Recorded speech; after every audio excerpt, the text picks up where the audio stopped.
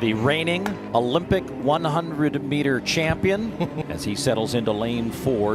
And they're underway, and Jordan Anthony got a very good start in the middle of the track. Jordan Anthony is your U.S. champion.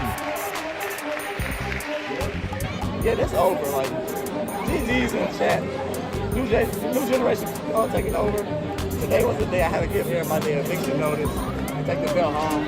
Time for them to move out, find a new hobby.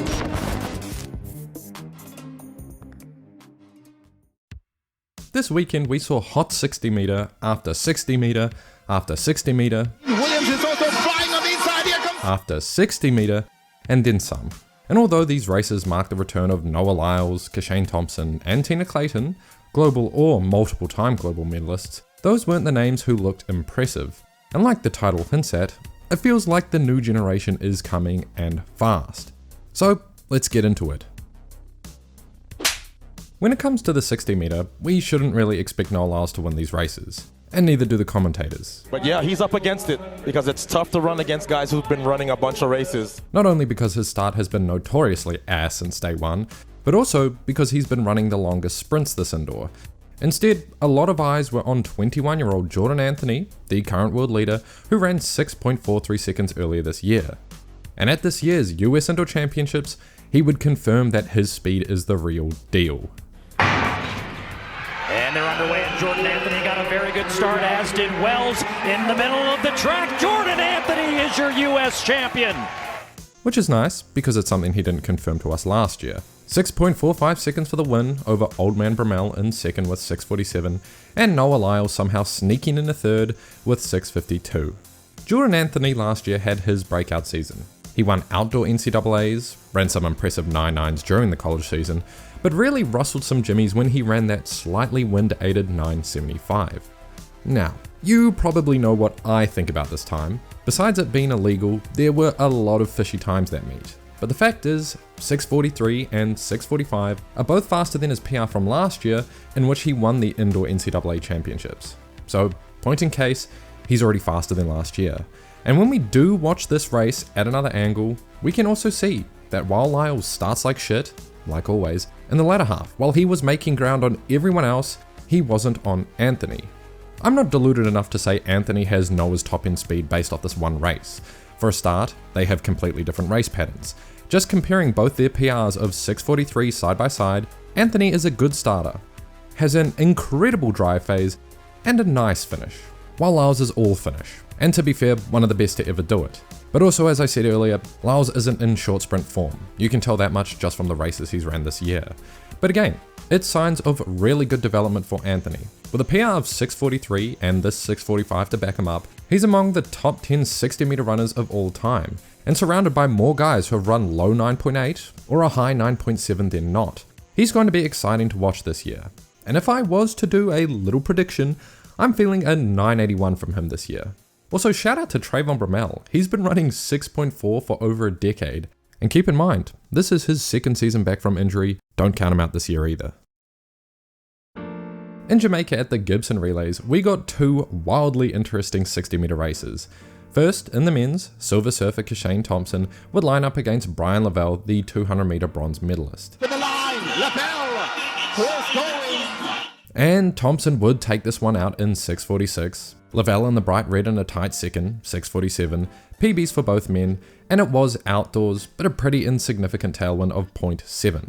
At this point, I hate watching Kishane run, but it's always an anxiety-filled experience, watching him boom out front and try hold on for dear life before he gets caught. And yeah, he holds on this time. It's a 60 meter after all, you'd hope he'd be able to hold on. But what's more impressive to me is Levell keeping up in almost all aspects of the race. The camera is a bit dynamic in this one, so it is hard to analyze, but Thompson has the lead in the first 20 meters. But Levell is right there, maybe a half foot behind him, and by the end, even puts on a nice burst to overtake Akeem Blake right at the line. We know Bryan Levell is a 200 meter guy with a certified strong finish. We saw that last year with his 100 meter PB, 9.82, all his separating done at the end, and of course his 200 meter races where at Worlds, he went toe to toe with Tobogo and Benerick down the straight. And here he is, running 60 meters stride for stride with Blake, who was a world bronze medalist in this event, and Kishane Thompson, one of the premier starters of the current elites. Like Anthony, last year was also Levell's breakout season, and it usually takes at least 2 to get the hang of things. My prediction, he's going to be a problem this year, and more so than Anthony. 9.7 high in the 100, 19.4 in the 200.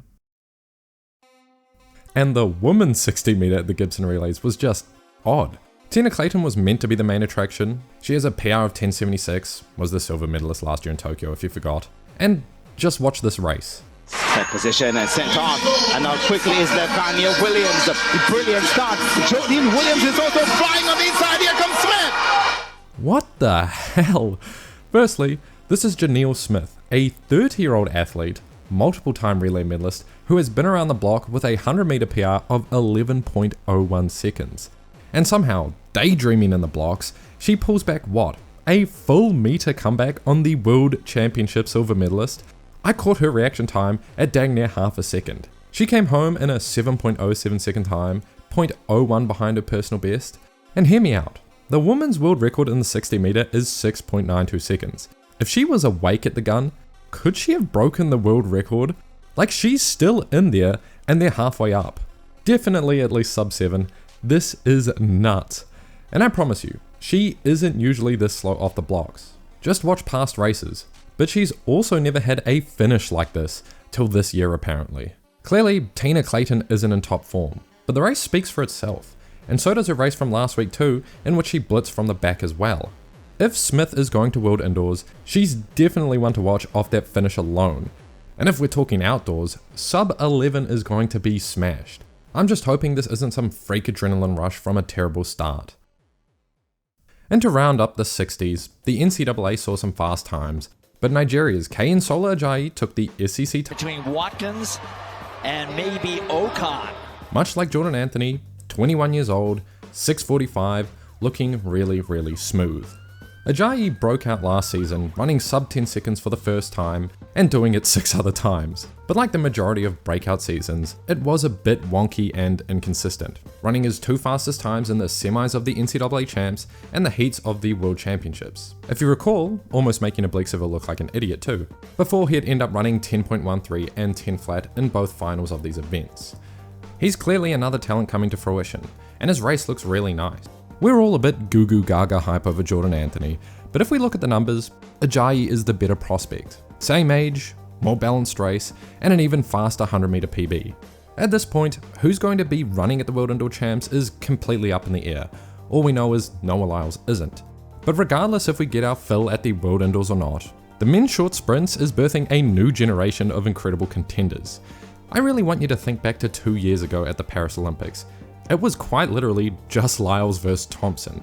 Now we've got our pickings of young talent, running historically fast 60 meter times, who aren't just block start merchants. And that's that. There were a ton of other results this week. I'll probably show a couple other favorites of mine as B-roll footage right at the end. But the 60 meter really caught my attention. So, let me know your thoughts. Am I deluded again? Because after this week, I'm genuinely excited. To be fair, I always am. But I feel like there are a ton of 9.7s cooking this year. See y'all next time.